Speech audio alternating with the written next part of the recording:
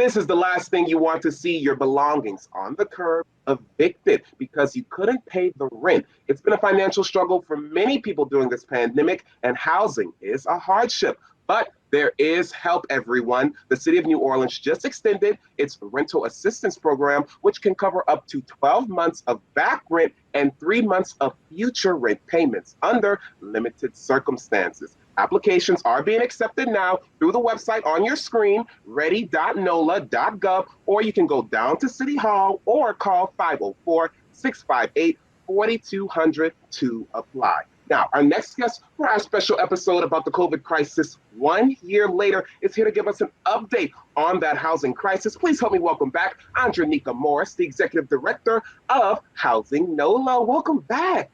Thank you so much, Malik, for having me. I'm so glad you guys are doing this.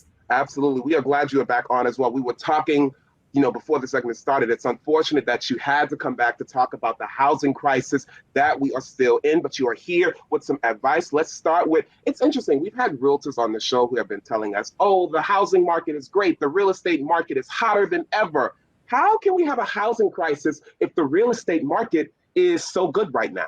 So the real estate market is good only in very, fixed terms, meaning high-end real estate agents who are selling high-end properties, again, in the 400, 500,000 range. Yeah, they're doing great. That's not the average New Orleanian. That's not the average working class person in the metro area.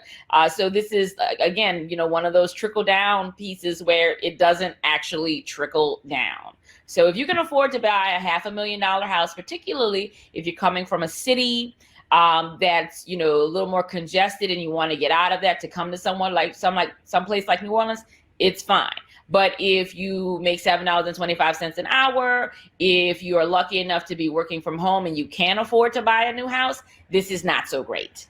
And it's really interesting because, we've been talking about a housing crisis even before the COVID-19 pandemic. But by housing crisis, let's break that down a little bit.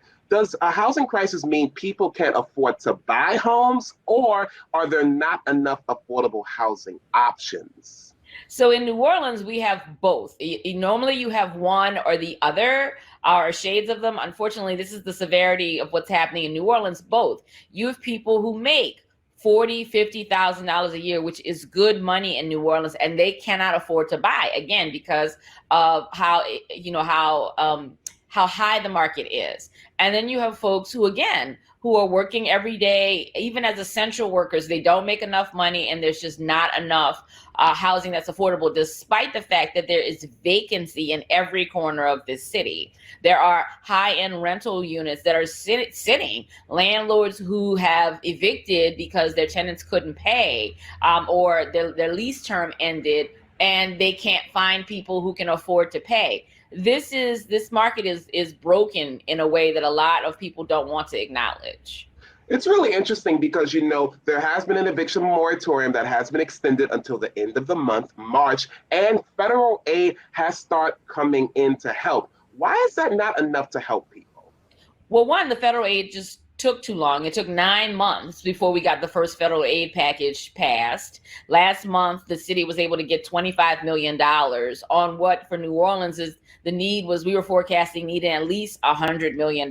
So we got a quarter of what's necessary. And we're hopeful that the city's going to get more money, that if the bills passed that are going to double that. But again, we still needed about $100 million. And again, these were our forecasts last year. That's why it's so important. In the eviction moratorium, like I mentioned earlier, landlords are able to evict for or end their lease terms even if the tenant can't pay. Even though the CDC's moratorium said we shouldn't be making anyone homeless, landlords are still able to get around that. A lot of them aren't. A lot of them recognize that you're risking people's lives by turning them out into the streets. Studies have shown that homelessness and housing insecurity has absolutely led to an increase in COVID infection and COVID-related deaths. So this is as serious as it gets, and it just took too long. We have not seen our elected officials put housing first, and that's why what we did last year wasn't good enough. We hope this year's efforts will close those gaps. Absolutely, because there are gaps still for sure. I have a two-part question I want to ask you because I think it's so important. First things first. So people who are watching right now and they're saying, I want to help this crisis. How do they help? And then people who may be on the brink of becoming a part of this housing crisis, what advice do you have for them? So if you want to help, we need naggers, and that's the big issue is that we've got to push our elected officials to put housing first. So you can join us at www.puthousingfirst.org, and we'll give you information. We'll send you alerts and emails so you know who to nag and when to nag. And so what I would suggest to homeowners who are worried, who have not been able to pay their mortgages, who are behind, who have not been able to get loan modifications, reach out to a home buyer counseling agency. There are a number. You can find them on our websites as well. There's some really great organizations here. Sit down with them, have them go over your finances with you, and they can also help you talk to your loan servicer, your mortgager. And renters, you've got to have a conversation with your landlords. There are some really great legal aid organizations out here who can help you do that. SLLS and LAFAC, who have put out some information for people to manage that conversation with their landlords. You've got to let them know what's happening, and you've got to know your rights. You heard it there first, everyone. Andronika Morris, everyone, thank you so much for joining us this morning. And again, for more information about affordable housing, check out the website she has been mentioning, puthousingfirst.org, or follow them on social media at GNOHA, or call 504-224-8300. And don't forget, please, to see if you qualify for rental assistance, apply at New Orleans City Hall or online at ready.nola.gov, or give a call to 504-658-4200.